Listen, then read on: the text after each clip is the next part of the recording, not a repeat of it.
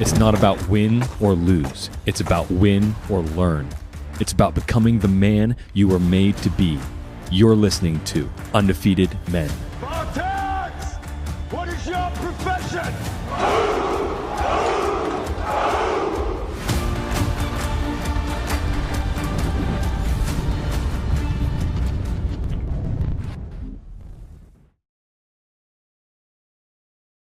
Welcome back to another Undefeated Men podcast episode. You're here with Arden and Cal. And today we're going to be talking to you a little bit about dating and marriage as an undefeated man. You know, so yeah, dating and marriage. I mean, it's just this guys love this subject. Hey, but don't run away from this episode, it's guys. Not a fruity don't subject. Run away. You know, we're going to deal with this. Yeah, we're going to deal with this. And hopefully you guys that are married or are thinking about getting married and stuff like this are interested in this, because you should be. It is one of the key things for us to address in the world is marriage. Mm-hmm. Marriage is a key fabric of society, and we as men cannot abdicate our responsibility.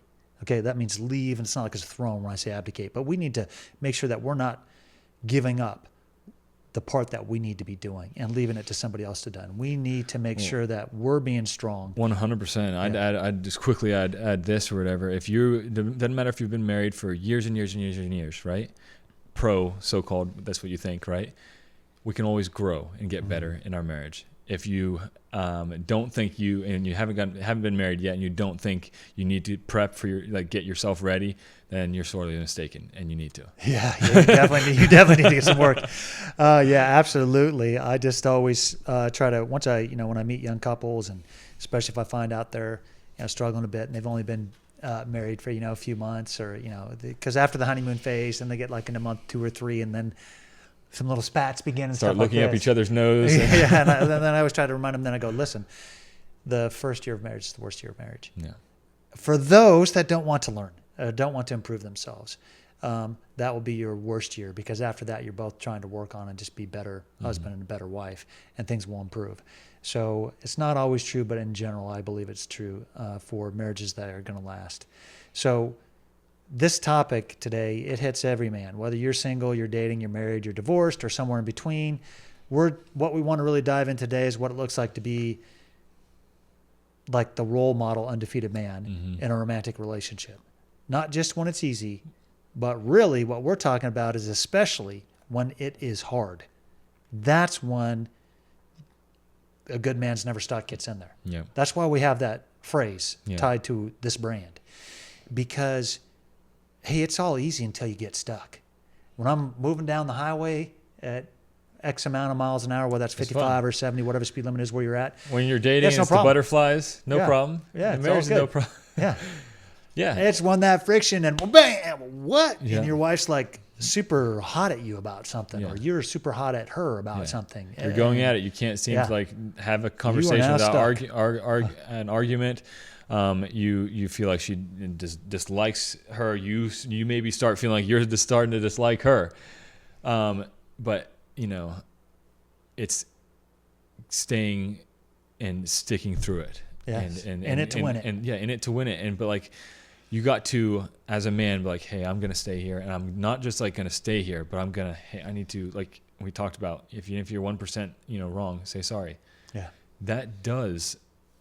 And I'm close to 10 years in, so not near as much as you, Cal, not near as much as probably some of these guys listening, maybe more than some other guys. But what I have known in my own personal marriage is and early on I was like, I'm the husband, biblically speaking, I'm the leader of the home, and she needs to respect me. By golly, right now. And I've said this before on the podcast, so like I said, if you've heard this, demanding respect. Yeah, exactly, demanding rather respect. than earning. But I had to come to the realization, Jesus didn't demand respect. He was born in a manger when he had all every reason to demand. Every reason to demand. Could have come with an absolute angel, an army of angels, but he didn't, and he showed up and was there consistently, and he lived it out. Yeah. And that's what I'm saying. Apologize when you don't, even when you don't necessarily think you need to apologize. Be there, and that does earn so much respect. But be firm. tell her when you think she's wrong in a loving way. Yeah. Don't just sit down and take it like a puppy dog and roll over. I'm not saying like be like a like A give her doormat or something, doormat Yeah. and give her whatever she wants. That doesn't help in the other way. But I'm saying be loving and firm. Yeah. Yeah. Amen. So, it's one of the things, the core message really of today is that, we want to, and we'll start with it and we'll end with it, but that, dating and marriage aren't about status. In other words, status that I'm dating or that I'm married. They're about service. So we're taking the status word and we're swapping that into service, which is the appropriate word. A good man leads with honor, discipline, and devotion in service to his either spouse or his prospective spouse. If you're dating with the intent of marriage. Yeah. Okay, if you're dating in a godly manner. And for those of you that just dating for the sake of dating, I'm not trying to read judgment on that. I'm just trying to say that, hey, as But far as those of us that It's an follow empty the Bible, world. Dating it's because empty. of dating is empty. Yeah, we say, hey, date with a purpose. Yeah. Or what are you doing? Yeah. I mean, Well, that leads to so many problems. Yeah, it not does. having a purpose. When I So, first contacted my father-in-law, I said, look, I don't date girls casually. I don't. Yeah. When the reason why I'm messaging you is because I want to date her with the intent of marriage. Yeah, and that's a smart move. And those of you that have a slightly different, altered approach to dating, where you're dating with finding out whether it's the intent to marriage, Yeah. or hey, we're just going to date for a while, and if it doesn't seem like we're a good mix, and move on.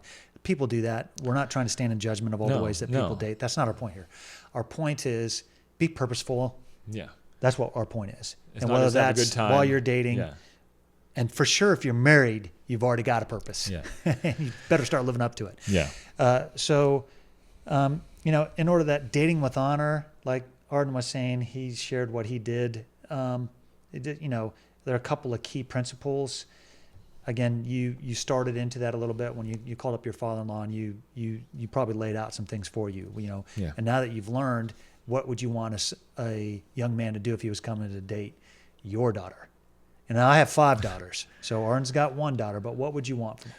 Well, I want him to take the shovel and go help me dig his own grave. No, Yeah. Say, hey, listen, son, we're going to dig this. Okay, we're going to dig it 6 feet deep, and if you do all right, we'll just fill this in together. I literally have it written up here. Like, rules for dating my daughter. These are in the dungeon here in the office here. Have a job. Understand that I don't like you.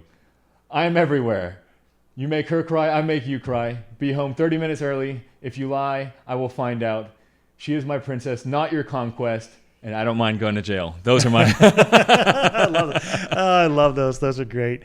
Dad's got that. We always tickle as dads. You sit around and talk about, okay, hey, it's time for me to get some more guns. Seen some boys interested in my daughter. It's all that sort of stuff. All in good fun, guys, but also in some seriousness. Mm-hmm. We're very serious. We love our daughters. In the serious point, a lot of those are very true up there, and those are serious. But I want to see a young man that doesn't mind having some corrective criticism thrown his way, doesn't think too highly of himself, wants to grow, doesn't think he's the top cheese, little rooster coming up there. I don't want to see that. And obviously I'm not trying to be like a super controlling father. For my daughter's sake, I want to see a young man. And I wish that I was wanting more personal growth when I was younger. Yeah. And I think that would have, helped in so many ways. And I think I've talked to so many young men nowadays that they're like, oh, there's just no good girls out there. I'm like, no, there's no good girls for where you are right now. Yeah. If you want a good girl, you have to be worthy of a good girl. Yeah. Yeah, it's that whole earned concept rather than I was like talking to demand. a gentleman a couple weeks ago, and definitely I was at the gas station. He's like, "Oh, where you going?" I'm going to church. He was like, "Any hot girls there?" I'm like, "Not for you." I'm like not with that attitude. Like you don't go there just like, no, you have to be a good man. Like I'm not trying to make the guy feel bad. I'm just like, no. I'm like, you can't go with that attitude to just like, he's just a, I'm like, no, sorry, man. Yeah. It's just my second oldest daughter, she does some waitressing and stuff like this. And she had come up in a Christian cafe experience. Mm-hmm.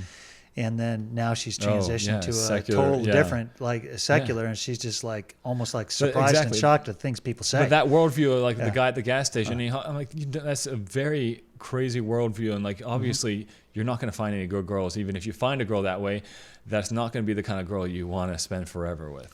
Yeah. But that mentality they have, they're not looking for a forever girl, and even like we're talking about guys here, right? But even raising your daughters up to expect a good man changes the playing field of getting a good guy. Yeah.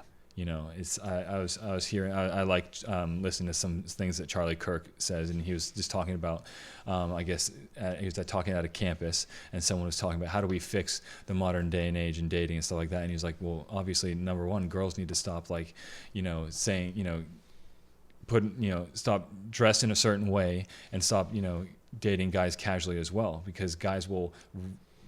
If a girl's like, hey, you know, I'm not, you know, I'm closing up shop, I'm not, you know, gonna have sex before marriage, then guys would generally fall in turn.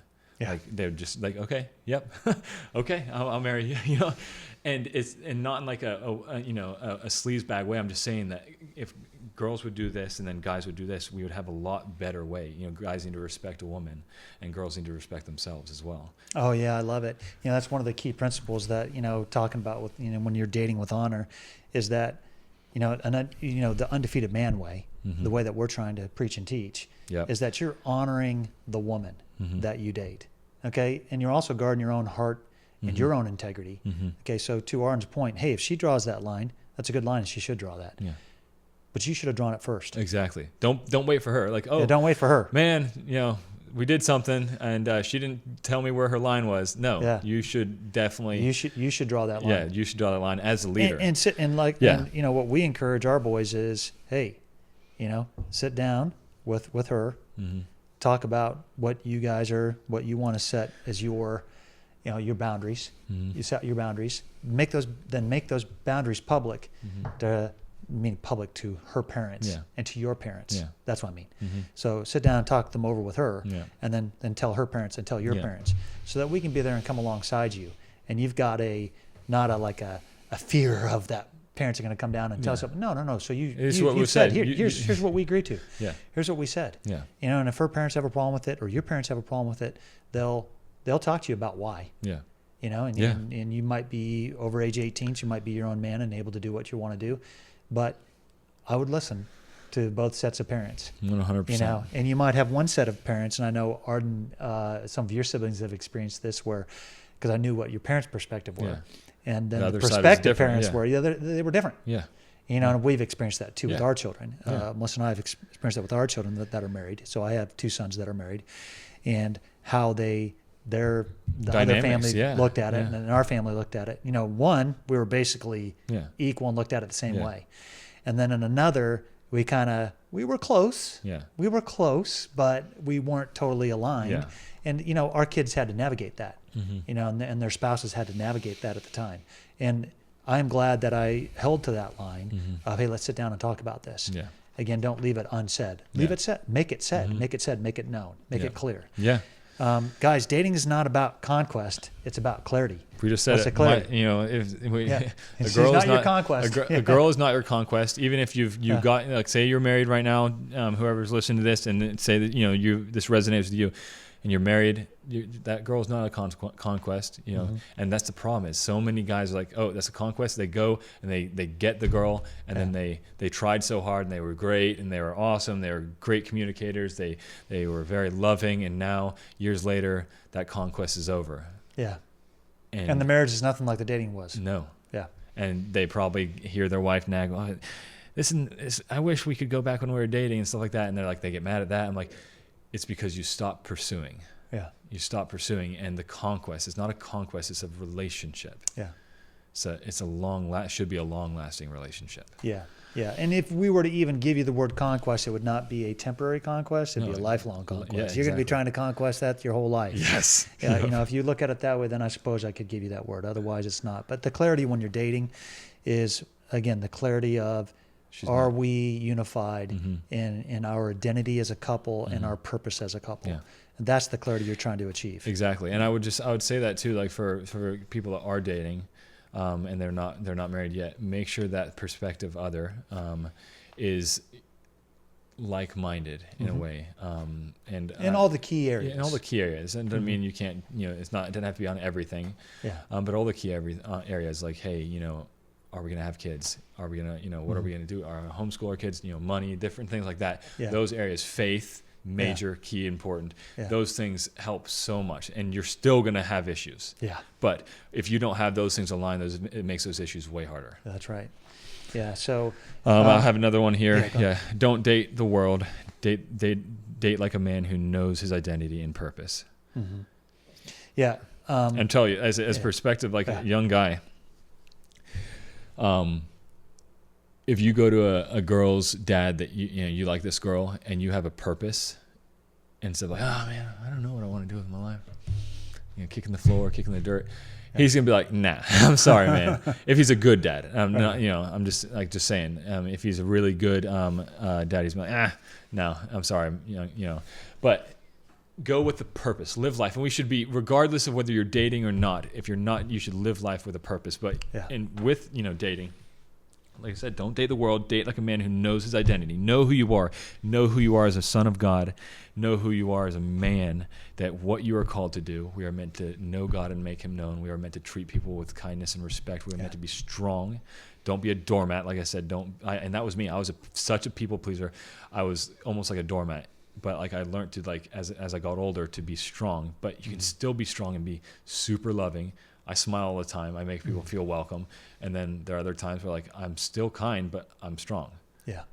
And that's just what you need to do. So that's just for younger guys. Oh yeah, sure.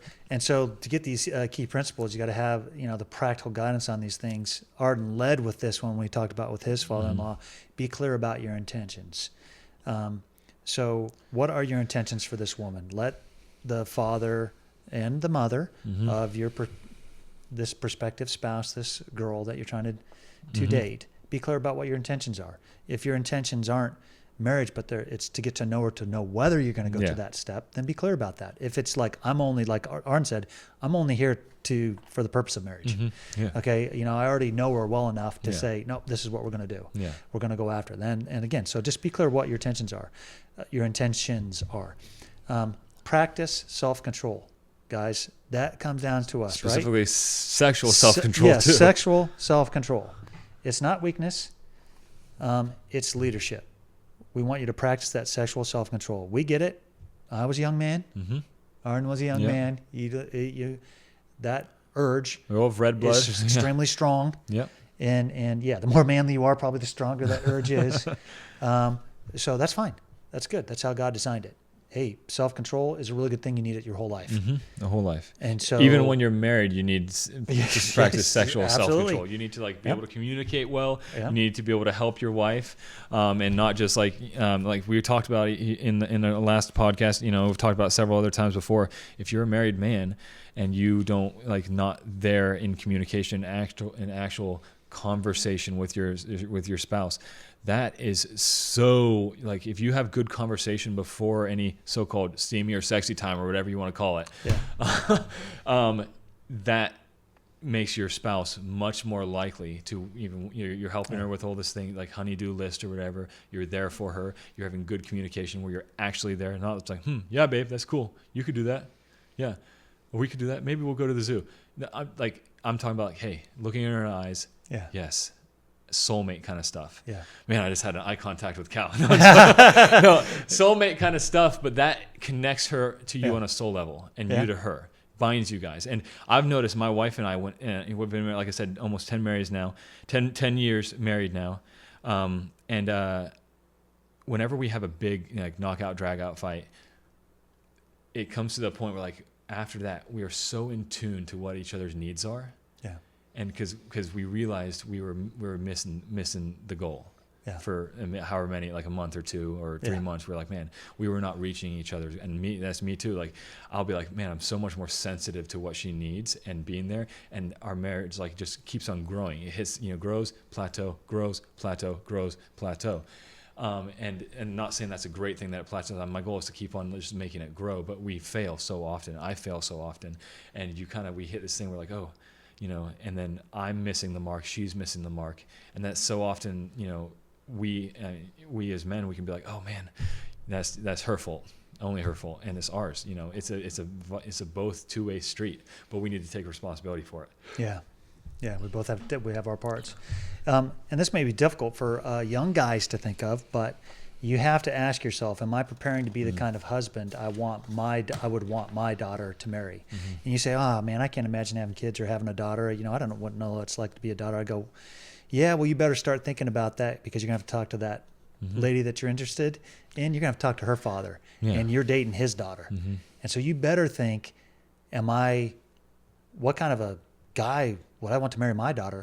I better make sure I'm being that kind of guy, because otherwise this guy's going to show me the door. If he's any kind of a good father, he's going to say, and get the hints. Every man dreams of marrying a beautiful, kind, incredible woman, right? Every man does. Yeah. And we often, and I made this mistake as a younger man, and I think Jordan Peterson said this very well. He said, become the man worthy of your dream girl. Yeah. Become the man worthy of that.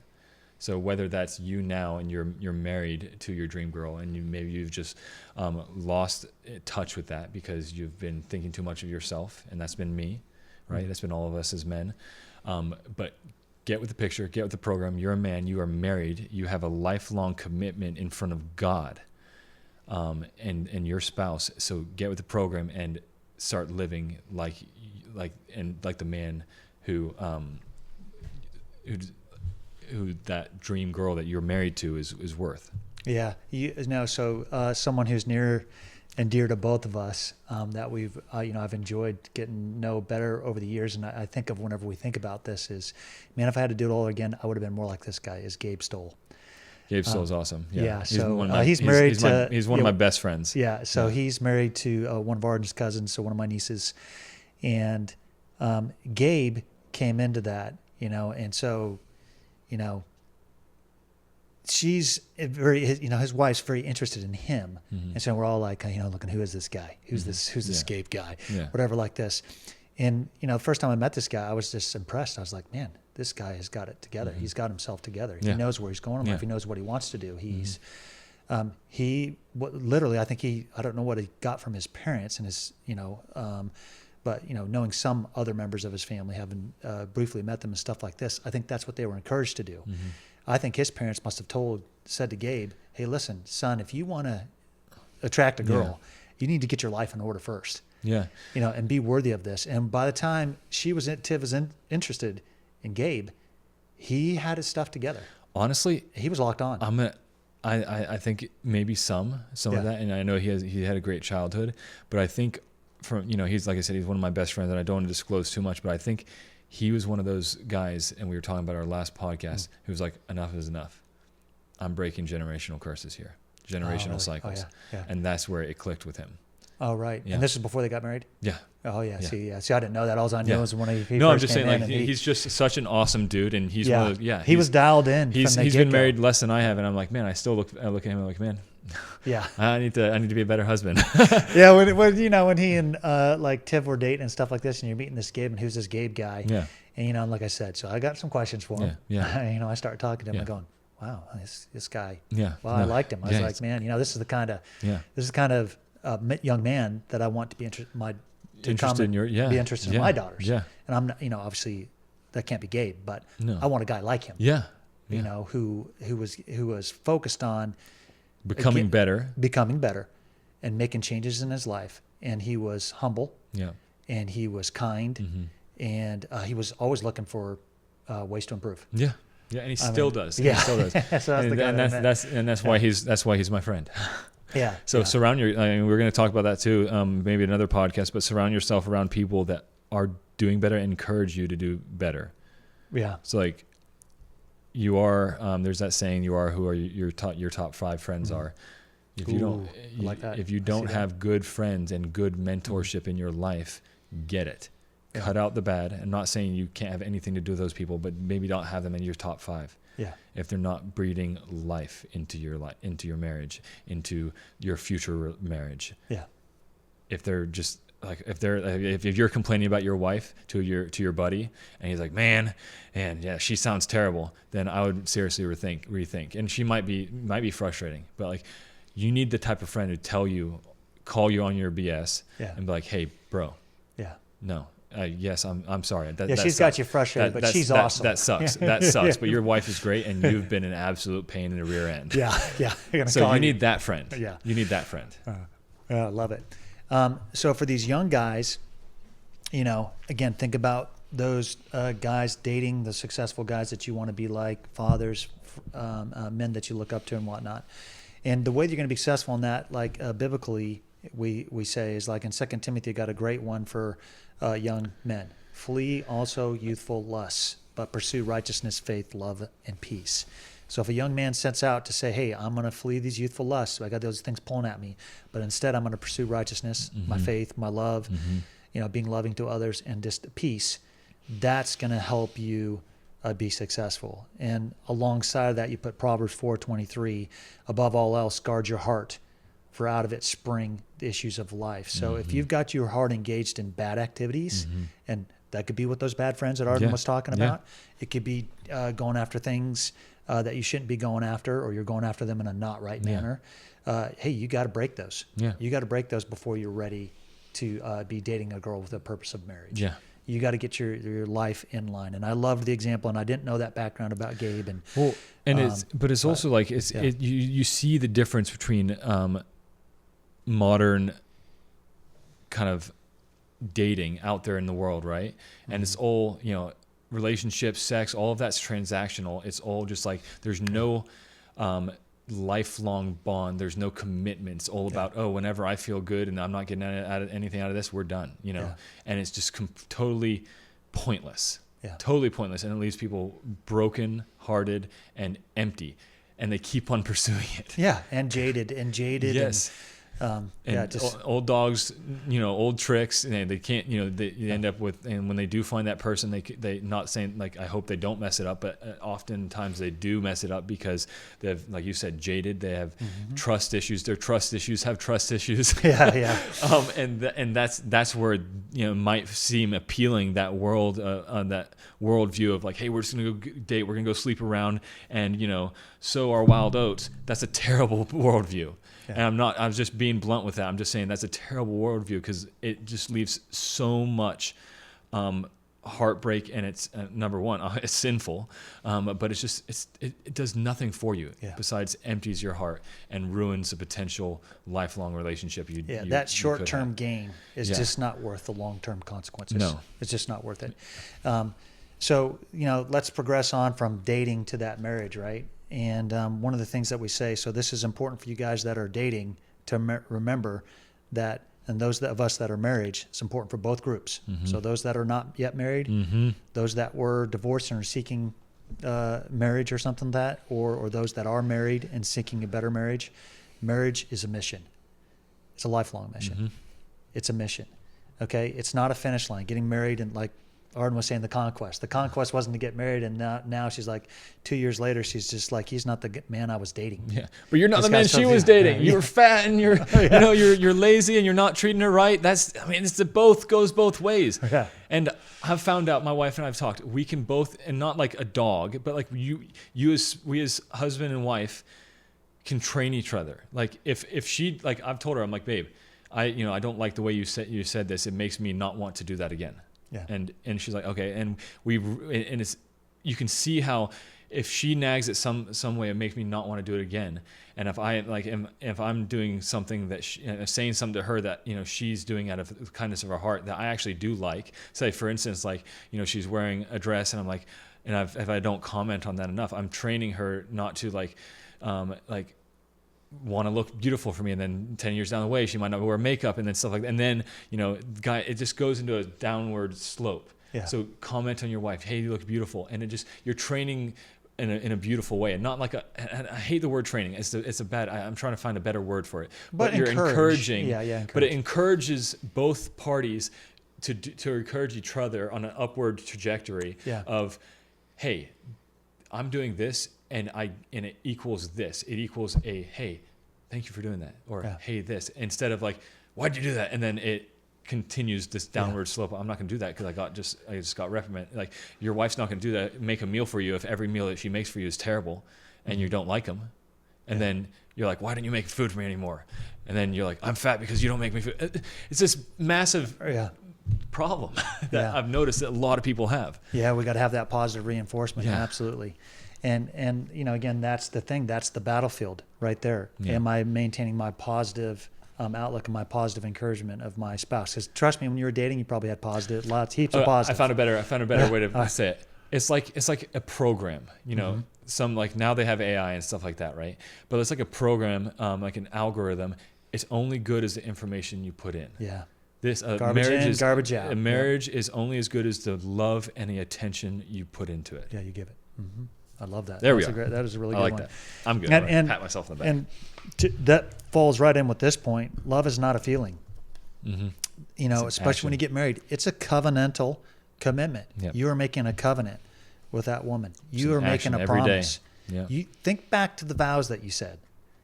You know, whatever set of vows you said. Think back to what those were. That's what you vowed to that other person. Sickness and health. Yeah, I don't want to go through the whole thing because who knows what ones you were read at your ceremony. Yeah, but I'm just saying, like, those are very serious, very standard. Say, like, if you feel it. Yeah, it's not if you feel it. Yeah, whether you feel it or not. Yeah, whether you feel it or not. Love is a choice. Jesus loved us, whether he felt it or not. He loved us, and he showed us by his actions, and that's what we got to do. Our role is not to fix our wife either. It's to lead, serve, and protect her. Mm-hmm. Give her a safe environment for her to decide she's got some fixing she needs to be done. And you encourage her by fixing yourself. Exactly. Most often when you fix yourself, they'll start wanting to fix themselves as well. That's how we lead. Lead by example. Yeah.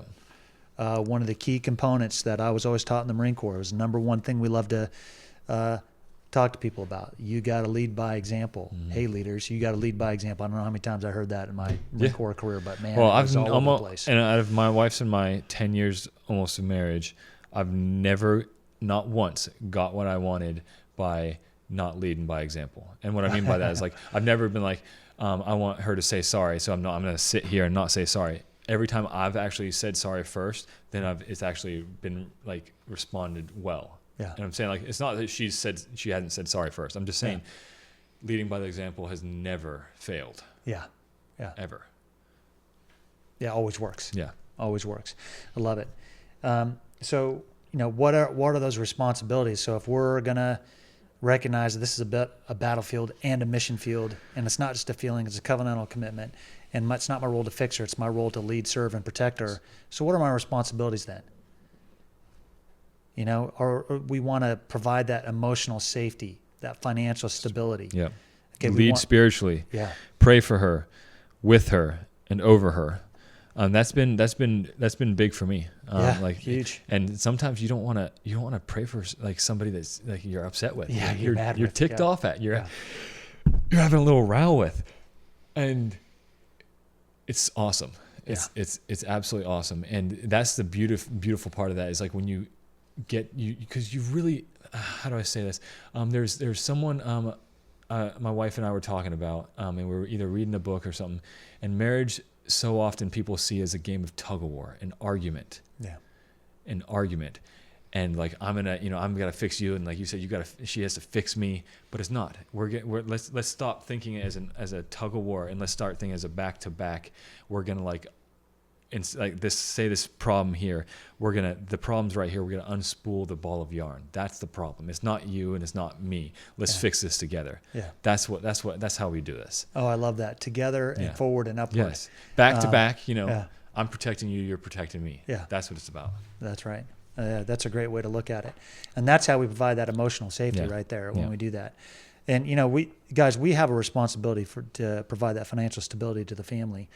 So many of us don't think about that one. And so when we're in order to lead spiritually and pray with her and be that back to back, she can't be at our back. She can't have our back if we're not putting her into that safe environment with, again, that emotional safety and enough financial stability. And it may be very difficult for you to get work or whatever challenge you may have in your life, but don't let that be an excuse to do the best you can. Guys, don't go easy on yourself. Guys, we tend to fail seeing that us as men, we are so different and by God's design than women. Yeah. So different. Like we tend to be more macro and girls tend to be micro. Yeah, more micro. Mm-hmm. And we end up like, and it's so funny because like we often like get upset, like why is that? It's by design. Yeah. It's by design. It's a beautiful thing about men and women and the differences.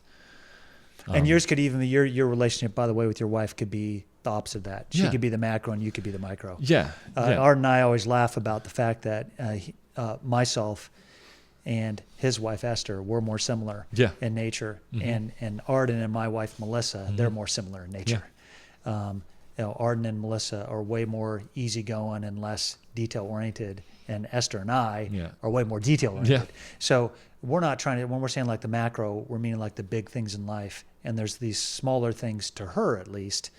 That are bigger things that might not seem as important to us. What I mean by most women, regardless those. of whether they, like larger in life and big macro vision and goals and dreams, everything's deep down in their brain is interconnected. Yeah. And it's like a giant railroad track or a bowl of pasta and everything's connected. I think bowl of pasta is what I always think about. Spaghetti interworked. And most women will admit that. Yeah, that stuff's all tied. Yeah.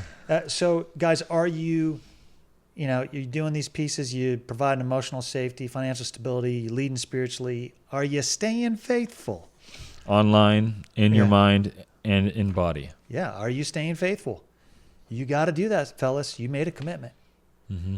Okay. Doesn't matter what's going on her side. This ain't about her actions. No, it's about yours. Your actions. Yep.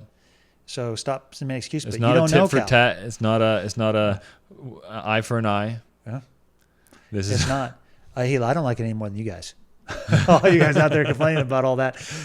Don't think I'm sitting here living this like high on the hog life where I never have to address these with things all myself. this, this far into the podcast. I am not, and Cal is not saying that we're the epitome of best husbands ever. Yeah. We have made it. No, far from that. We fail daily. But it's the like we kept on. It's the action and the want to keep on getting better. Yeah, and the way that we do this, those pieces, and the way that we can keep that and kindle that relationship and keep it tight is you got to invest time in it. Mm-hmm. Arden was bringing that up some too, but I wrote down the note schedule connection, and that might not be work for all you guys, but for me, I have for years now had a date night. Yeah, and all my children are used to it. I don't think Jesse's ever known anything different in his whole life. He's always known that, and that's my son, my 17-year-old son, recording this podcast here. That's the only way he's ever known it. Yep. Mom and dad have a date night every week for his whole life. Yeah, it's gorgeous. We miss one or two a year, maybe 3 or 4 a year. I don't know, but very few every year. And we schedule that and talk about when we're going to miss one. And I don't want to hear you say that you can't afford it. It doesn't have to be out in the town. Cal does it like literally in his mother-in-law suite that you have your office. Yeah, we do it in mother-in-law suite. We've done it in a closet. We have done it in a bathroom. A walk, a drive. It could be, Yeah. It's just wherever we can get together and just have time. Just she and I, a few hours together, talking through life and just rekindling the relationships, talking about everything, refocusing. And trust me, your wife's going to want to. I mean, you spend a great deal of that time talking about children and the various home problems and stuff like this. But that's okay. Yeah, talk that stuff through her, and then just have some chill time too. To me, it's like busyness. Like you let life busyness and other so-called priorities. Yeah. You take that place, and it shouldn't, because your marriage is one of the most important, if not the most important, relationship in your life. Absolutely, and not scheduling that time together where you guys are just going to hold hands. I can tell when my wife and I haven't. Yeah. If we don't do it weekly, and I've failed all the time, but we try to make it an actual thing. I can tell we're not as connected, and I'm not talking about like scheduling sex or anything like that. We're talking about conversation and getting on the same page. That's what we're talking about. I'm not saying you can't, husband and wife, and they can't lead there. I'm just saying we're not talking about that. We're talking about communication and getting connected on a soul level. Like, hey, we're here, and this is what I'm here for you, babe. This is our time. It's not getting interrupted by work. Remember what you said earlier in the episode here about It's not a conquest Yeah. where you pursue them and then now I've got the conquest and I Exactly. stop pursuit. It's a lifelong pursuit Don't of this do woman. this in hopes to end with steamy time, guys. Yeah. This is not meant to be that. Like this is the time to connect with her and actually develop more of a relationship. Yeah, pursue. Yeah, This and is not your that you shouldn't pursuit do of that it. every single day. You should Continue try to to do it every day, but reserve a time once a week at least. Yeah. And so we think of the things that encourage us into these things. And that's, from Ephesians 5, we're encouraged. Husbands, love your wives, just as Christ also loved the church and gave himself for her. There's another one here too. He who finds a wife finds a good thing and obtains favor from the Lord. Proverbs 18, verse 22. Yeah, both those together, that's talking about, that's how we're leading, we're serving her. We're loving her wife. Jesus loved the church and gave himself for her. Are you giving yourself for your wife? Are you making yourself available to, again, schedule that connection time? Are you giving her the financial stability, the emotional safety? Are you leading spiritually? Those are all things, Jesus has done for the church. Okay, and look at that. And you may say, well, how did Jesus provide financial stability to the church? You may look at that and say that's outside of what Jesus was doing, how he loved the church and gave himself for her. And I think, no, he's the author and finisher of our lives. He's the one, if you trust in him, he's going to help you. Yeah. If you say, Lord, I need help developing these skills. Yeah. And I'm going to tell one story. It's one of my favorite stories of all time. And he's a guy that I've read a bunch of his books, and he's passed on, and he was an old carpenter. Never actually had a son. He had daughters. And he felt like God told him to write books to boys. Yeah. And he did. And his name's Bob Schultz, and he's an amazing guy. So he writes all these books of guidance to boys, because what he would tell his son if he ever had a son. And he said, these worked with my daughters too, but what I would say to boys, and he had plenty of men that he worked with over the years and stuff like this. But one time he was telling a story of, this was early on in his career, and he came in and he was going to have to build a spiral staircase. And this guy's a carpenter. So a spiral staircase, he's never built one before. No, I'm sorry. No, what's a spiral staircase? This is a different story. My bad. I'm so sorry, guys. He was doing crown molding. First time he was doing crown molding. Yeah. And he just starts, Lord, I don't know how to do this. Yeah. Father, I don't know how to do. I took this job and I need the money. We really need the money. We got a young one at home and I just don't know what I'm doing. And ends the prayer and just stands there. And the painter comes in. And the painter, no kidding, step by step tells him exactly what he needs to do. This painter comes in and just basically just tells him exactly how he has to lay the stuff out and how he needs to make the cuts and how the stuff works and how the joinery works and how to make that look good. Like a master's class on this. Comes in and tells him. And then the painter goes, oh, you're the carpenter. And runs away sheepishly. Yeah. That's what Bob says. He runs away sheepishly because he thinks oh my goodness, what am I doing telling this carpenter exactly how to do his job? Yeah. And meanwhile, he's going, thank you, Lord. I had no idea how to do this job. Yeah, exactly. So I'm just saying, when you say that sort of stuff, what does he do? Well, if you need help, but that's how he reaches out. And there's another piece of that. I mean, maybe it's just my brain works, but I love how it, at least in my mind, connects, and I hope I can explain it the way I'm seeing it. Is the other person on that level who is the painter, right? He would be the one painting the trim. Yeah. He sees the other side. He knows what it looks like to see a good crown mold trim work. He knows what that looks like. So it's kind of cool, even from this guy, who just had daughters, he knows the opposite side of that and how to talk to young men and hey, this is what I'd like to see, as a young man dating, my daughters or this or that. And I think that's kind of cool. Try to look at it from the opposite side or getting, that's why it's so important getting, talking to your wife, getting the opposite side. What that side is going through, what they need, and they have a complete that painter probably had some insight that a general carpenter wouldn't, because he's like, man, I like it this way because when you caulk it right before you paint it, the paint doesn't drip over just all these different things. I don't even know what I'm talking about there. I'm just saying there's different nuances that the other person on the other side can see that you don't see, and I think that's pretty cool. Yeah, amazing. So again, that's the point still remains that, hey, Jesus can be your guide there, and he gave us an example that we can follow. Yep. And getting a wife is a good thing. Oh, yes. So we want to move on to what are some pitfalls some There's a lot pitfalls. of them. There's a lot of them. There's so many, and we just picked 4 to kind of that we thought were like some real high level 4 we got to go through. Complacency, guys, it's a massive one, and these are not in order of damage, Importance or anything. yes, Yeah. these are just listed in here. Complacency, letting work or life crowd your pursuit, not just that laziness. Or the being happy with where you are when you really should grow. That's with your And relationship with your spouse. Exactly, we're talking here, guys. exactly. Yeah. Where I'm good now. I don't need to try anymore. I don't need to date her. I'm already married to her. I got the girl. Ha ha ha. No, don't be complacent in that. Don't take your relationship for granted, because if you are like that, it will get worse and will deteriorate. Isolation, refusing to talk or listen. Massive problem. Massive pitfall. Yeah. And guys, we do that. We get hot and we get mad, and or we just we do passive aggressive nonsense, and that's stupid. And we got to call ourselves on it. Yeah. Do not isolate that woman. Or some guys can't even no communicate their emotions because they think it's bad. Yeah. Or they haven't had a real man in their life tell them, hey, you can talk about your emotions and think about it, and like it's not a girly thing to do. I'm not talking about bawling your eyes out here. I'm talking about is tell the girl what you're thinking, and then be able to communicate with her. And then when she says what she's thinking, you got to be able to go back and forth until you find the common ground. And like, okay, let's move on. Let's And you got to be kind about it. Sorry, guys, you got to be kind about it. Yeah. Don't be a hard dog about it. I'm being mean to you guys. No, I'm just saying, like, yeah, exactly. Be kind to your wife. Comparison. Oof, that's a big one. Yeah. Letting outside voices ruin inside trust. That could be comparison to other women. Could be comparing meals. Could be comparing so many different things. Don't let comparison rule your marriage. Yeah. Or ruin it.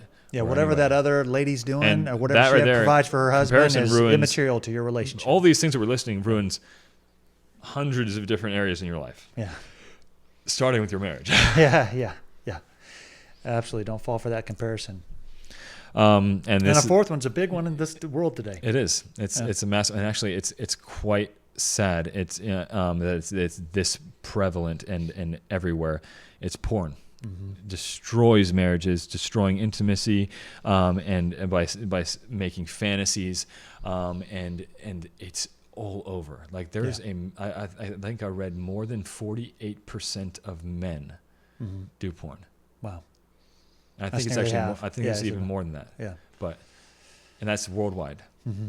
And here's the scary part is like online porn, websites and stuff like that, they make more, I think quadruple the amount of any major sports league. Oh wow. Yeah, I didn't know that. See how damaging that is? Yeah. Not only the fact that you have all these young guys or guys that have access to these women that are just ruining their relationship, ruining their vision of what women should be, because and then it's also ruining, in so many ways. Ruining in these women also is ruining, it's hurting them. They might not believe it because they're getting money from it right now, but it's ruining them. And so many people who have been in that space have came to the Lord and actually said, man, this is that hurt me, and it hurt so many people, and I've changed my ways, and I'm so sorry. But it's so damaging. Yeah. And I think the real easy way for me to think about it is like the damage to other people is to think, well, that's all easy to say unless that were your sister, mother, wife, or sister. Yeah. Oh, I'm sorry, I said sister first, or daughter. Yeah. My bad. Yeah. So sister, No. mother, wife, or daughter. Yeah. Hey, if you think about that being one of those. But this is where it comes into know protecting too. Like regardless of whether they're related to you, regardless of whether you might have just met a person like that on the street, and regardless if you're attracted to them or not, doesn't mean you should do it. Yeah. You should protect a woman's honor regardless. Yeah. Like, it's destroying your I don't care if you're with your I don't wife. care if you're not married. Porn is damaging, it's sinful, and it's wrong because it's hurting your future spouse. Yeah. Point blank, just like it hurts so many things, and we could talk about this. We probably need a podcast. I've talked to so many guys about this and how damaging it is. Yeah. But it builds these these ideas, and because guys are very visual, and it builds these ideas in guys' mind that that's what it should be, and it ruins their future relationships or their current one. Yeah. So in order to get through these pitfalls of complacency, isolation, comparison, and porn, we got to have some redemptive practices. And so, so with the kind of we had 4 of those. We got 4 practices you can have. Daily check-ins and shared devotionals are huge. Yep. And daily check-ins with your wife Yep. is what we're talking about here, and shared devotionals with your wife. And that could be with your whole family. It doesn't have to be just with your wife, but you need to have some just with your wife. Okay, weekly date nights, even if it's just a walk or just a coffee together. Yeah. And it may not be at night for you, it may be a morning. I remember reading about a couple that got up at like 4 a.m. to enjoy a cup of coffee together because they were so busy. So they would spend like just a couple hours in the morning, get up super early, and they would have their coffee That's together. beautiful, we were like, man, that's so funny. Melissa and I were just laughing about that. Who would do that? But I was just like, hey, it worked for them. I thought it was great. If that's the only time that they could fit it in. Yeah. Oh no. Fit And it it was huge for them. Both of them talked about it was the best part of their entire day. Yeah. And that's how they did it. Yeah. That's how they did it. I love it. And so maybe you need therapy or pastoral counsel or mentorship. Mm-hmm. Okay, whatever that might look like. So get a mentor to get that as you needed. And then whenever you mess up, guys, it's fess up time, right? Confession and forgiveness when you fall short. Okay, we're going to fall short. We got to talk to them about those times that we fall short. What does that look like? When it goes to like the whole complacency and that list of things too, comparison, isolation, porn, complacency, those kind of all fall short into the short-term gratification. Yeah. Don't try to please yourself, especially short-term. Yeah. Whenever we try to, it fails. Yeah. Yeah. And guys, we're going to mess this up. Yeah. We're going to mess this up. You are going to mess this up. I'm going to mess this up. But don't give up just because you mess up. It's how many times you fall down, how many times do you get up. Mm-hmm. A good man gets up and he gets better. Mm-hmm. So if I get knocked over 7 times by my own stupidity, I need to get up 8. Mm-hmm. Okay, so however many times you are, just get up one more time, then you're knocked down. Yep. Each time that you do this, and I'm with you guys. Listen, I used to be tired. I've had my problems over my years with my wife. I got tired of saying I'm sorry. Then I started to say that's it. You've probably had some rough patches. Yeah. But you've. I got determined. I love this phrase. I think you use it, and my mom and dad definitely use it. The fine wine season. I love it. I love that phrase because you've built a relationship and you're constantly trying and you're aging beautifully. Yeah. We're getting into the fine wine season. And it's a beautiful thing. Yeah. Here's a couple definitions of masculine love. It's fierce in protection, tender in provision, willing to sacrifice everything to see your wife thrive. Yeah. That's sacrificing your own needs, your own wants, your what you'd like to do for hers. Yeah. Yeah. And this isn't weakness again. Yep. This is strength, and I want to say exceptional strength or extreme strength. Get yourself as strong as you can in your fierceness and your tenderness. Mm-hmm. Yeah, tender comes in strength because that's strength under control. It's leading without demanding, right? We were talking about respect, right? Respect is earned, not demanded. You can demand respect, and so someone will give the outward appearance of respecting you because you're demanding it. Mm-hmm. But you're going to truly cherish the respect that you earn. Mm-hmm. So in other words, you did not demand it. You just earned it. And people respect you because you earned it. Mm-hmm. And we both know men that we respect. They never demanded a thing from us. No. They earned it through their actions. Yeah. And that's who you want to be to your spouse, guys. You want to earn your wife's respect through your actions. Don't expect her to love your actions if your actions are not respect worthy. Yeah, exactly. And not worthy of respect. They're not worthy of respect, fellas. We got to change those. We got to love without manipulating. We got to serve without resenting. Mm-hmm. And that's challenge. That's a challenge right there. And I think the service without resenting is a key one. Mm-hmm.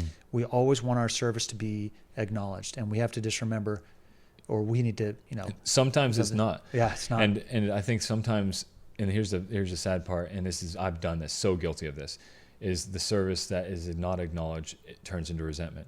Yeah. And that can kill marriages faster than anything. Yeah. Any relationship faster than anything. Sure. So don't serve just for the acknowledgement. Right. If it comes, awesome. I love it. Yeah. I love my wife saying, babe, thank you so much. I'm so appreciative of that. And it's great. It means so much to me. But if it doesn't come, it doesn't come. You're doing it not before that. You're doing it because you love her. And regardless, even if it's a negative comment, you still should do it. Yeah, that goes back to do not grow weary while doing good. Yeah. From Galatians 6:9. Yeah. It's a great one. So let all that you do be done with love, 1 Corinthians 16:14 says. So all that you do, be done with love. Are we doing it in a lover way? Are we letting the fruits of the Spirit in Galatians 5:22, love, joy, peace, patience or long-suffering, kindness, goodness, faithfulness, gentleness, self-control. Against such there is no law. These sort of things. Are we living these things by the fruits? Are we delivering that to our wife? So in our fierce yet tender and sacrificial lifestyle for our wife, are we remembering these fruits of the Spirit? And if you ever think, you know what? I'm a man. She needs to serve me. This is her job. Get me a sandwich. Get me a sandwich. Just remember what Jesus said, and said, and I'm just going to pick the one from Mark 10:45, but again, this is in the Synoptic Gospel, so it's in this very same passage, slightly different. But for even the Son of Man did not come to be served, but to serve. So Jesus said, Son of God, who I am, Son of Man was a phraseology for him, for Jesus himself. He didn't come to be served, but to serve, and to give his life a ransom for many. He gave his whole life as a ransom for many. Are we doing that? We're encouraged, husbands, this is from Ephesians 5, love your wives just as Christ also loved the church and gave himself for her. And he just talked about doing that, Mark 10:45, right? Husbands ought to love their own wives as their own bodies. That's how much we're supposed to love them. We're supposed to love them as Christ loved the church. We're supposed to love her just as we love ourselves. Let me ask you something, guys. Do you ever fail to feed yourself? You ever fail, or desire to feed yourself? Some guys even more so. And here's another thing. This comes into the thing, like you want to treat your wife well. Some guys can't because they're so unhealthy. Right. And not saying that there aren't good guys that are overweight. Yeah. There are, but I like to say that when you get fit and get healthy, you amplify yourself. Yeah. And some of us who are very physically healthy also need to get fit and healthy spiritually. 100%. Or mentally or but emotionally. But when you're taking that much care of yourself, you should, like you said, take care of your wife. Yeah. So, same, yeah. Yeah. So some guys are taking care of themselves and not taking care of their wife. Some guys are neglecting themselves and neglecting their wife. Yeah, neglecting everything. Yeah. And so so love your own wife as you love yourself, right? You're going to nourish and you're going to cherish your body. We also need to do that to nourish and cherish our wives. So, kind of what are our action steps here, right? So coming out of this, we think, hey, what are we going to do for this week? What do we really need to do? If you're a dating guy, I work in the financial world, so I wrote down audit your motives. Yeah, that's Audit is a financial term, which means you review things. Yep. You review and you look at it and you comb through the details and say, what's my motivation here? Why are you doing it? Why am I doing what I'm doing? Yep. You're auditing it. Okay, are you building a legacy or are you just playing games? Yeah. You playing around, you playing with girls? Yeah. Hey, for a little fun time? No. You need to stop it. Yeah. Yeah. Sorry. Yeah, go ahead. No, pray daily for your future wife. You may not even know her yet. Pray. Yeah. Pray. I know, and not to toot my own horn, I did that. Yeah. I did that. And I prayed all the time, praying like, God, just show her to me if she's in the vicinity, when it's your time, show her to me and help me to be worthy of her. And so you're auditing your motives, you're praying daily with her, and you are going to that step, like we said, set the physical and emotional boundaries that honor God. Okay, I am not going to go get too emotional with her until X point. Know what that is. Definitely physical. There's a physical boundary that hey, we're not going to cross this till we get married, or this is going to be our our thing while we're dating. This is what's going to happen once we get engaged. Yeah. Okay, you might have a slightly different standard for when you're engaged. Whatever that is. I'm not going to suggest for my wife and I just said we weren't gonna kiss until we were engaged. Yeah. That could be an example. Some people don't kiss until they get married. Yeah. Some of my brothers didn't. Yeah. That's what I'm saying. Standards are different for different families. Set the standard and keep to it. That's right. Yeah. And with her. Yeah, you don't need to push it on other people. God might have been convicting me on one thing, okay, and then he convicted my brothers not to kiss till marriage. Okay, cool, awesome. Yeah. Great things. And so for married men, so those are the dating guys. So for married men, plan one intentional way to serve your wife this week. That's good. One intentional way. And by when I'm saying serve your wife this week, this is the service that we were talking about. Don't expect acknowledgement. In fact, try and glide it under the radar. Try and glide it under the radar. Say, I'm going to do some Secret Service stuff. Yeah. And you think of the old Secret Santa. Somebody doesn't know who. Hey, that'll be fun too. Do some Secret Service stuff. Yeah, do some Secret Get Service the tactical stuff. gear on there. Yeah, tactical gear. Wife doesn't know you did it. She gets there and it's all done. Yeah. Maybe some throw some false leads or whatever at me. You know. yeah. Make it fun, but get some stuff to it. Or maybe you're not ready for that sort of stuff yet. Maybe you just need to intentionally do something that just stands out to your wife as, okay, he's just trying to be sweet to me. Yeah. You know, hey, where's your marriage at? You guys know better than us. And speak one truth or affirmation over her every day. Mm-hmm. Okay. Encourage, like we were talking about. Or just talk about even just saying something nice about the dress that she's wearing. Yeah. Maybe her hair. Yeah.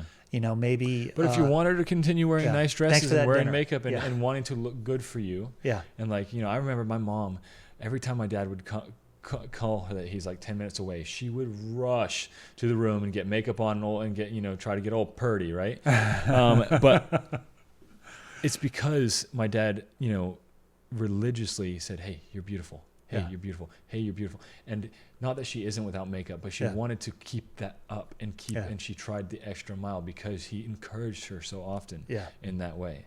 And I think that was very good. And your wife might be the most fantastic cook ever. Yeah. Or she might be the sweetest lady ever. Yeah. I mean, we don't know your wives, but what is that affirmation of who she is as a person? Yeah. She's got all these things that what you want to see more of. Encourage. Yeah, and things that she has in her arsenal. Yeah. That who she is as a person. Yeah. There's all these great characteristics about your wife. You married her, for good grief, man. You married her. What are all those awesome things she's so fantastic about? And start encouraging her on those things. And then start praying with her. So if you're not already doing that, then start praying with her, even if it's just 60 seconds. And, start making it a daily thing. Mm-hmm. Start making it a daily thing. I know that's something that I can do better, a daily prayer time with my wife. Mm-hmm. We don't do it on a daily basis. And, as I put together the, podcast script for this podcast, it made me think, hey, what's one area? That's one of the things that I can write down. Is it a generational cycle that I need to break? No, like Arden said, he wasn't reading enough. Yeah. No, this isn't something that wasn't modeled for me or something else like this. It's or that I was even aware of, but I'm not doing it. I'm praying with my family. Mm-hmm. She's part of the prayer every day because we do devotions. You want to do it with her. Yeah. Yeah, but I'm not doing a specific one with just she and I. And we've done that heaps of times in the past. Yeah. And kind of to finish up here before we kind of do the closing statement, I just wanted to say, one thing. When it comes to this and everything that we've talked about in the podcast, this is not meant to be an overbearing amount of work. This is meant to be something that you do consistently every day. Doesn't have to be the exact same monotonous, boring thing, but you do these things that we're talking about, whether you're a married man or not a married man, and it applies to everything, fitness, but I don't even want to talk about that, but do these things. It's not meant to be an crazy amount of work. It's just meant to be fun. It's meant to be life. This life is meant to be, there's nothing wrong with hard work. I'm just saying consistency is key. Yeah, that's right. And we think when Arden's saying work, when we say, we weren't made to be passive. Guys aren't made to be passive. We're made to be action. But to his point, that doesn't mean frenetic work. Yeah. That doesn't mean this is a crazy amount of hard work. You guys don't have to make a book, print it out. I mean, you can if you want to. I'm just... Well, this is just small stuff. Yeah. Small thing. You can just say something. Did I say something nice to my wife today? Yeah. No, I didn't. Help her with the dishes, sweep the floor. Yeah. Do some things. Yeah, that's right. You just say, sweetheart, I just appreciate every morning. My wife makes bone broth and collagen for me in the morning. Yeah. I can just say, hey, I really was just thinking about that collagen bone broth you made for me this morning. And I know it's been 12 hours since you made that, but man, I'm so thankful that you make that for me. Yeah. Thank you, sweetheart. Give her a smooch and away you go, right? Bam. Yep. So what are those things, guys? Whether you're pursuing a woman's heart or your wife's trust, do it with strength, with sacrifice, and a thought towards service at the core of your actions. Yeah. If you can do those things, you're going to be living life in that undefeated man way. Mm-hmm. And your life will change. If you haven't done this, try to do it, guys, and give it a period of time. If you don't believe it, you're like, man, this is all rubbish.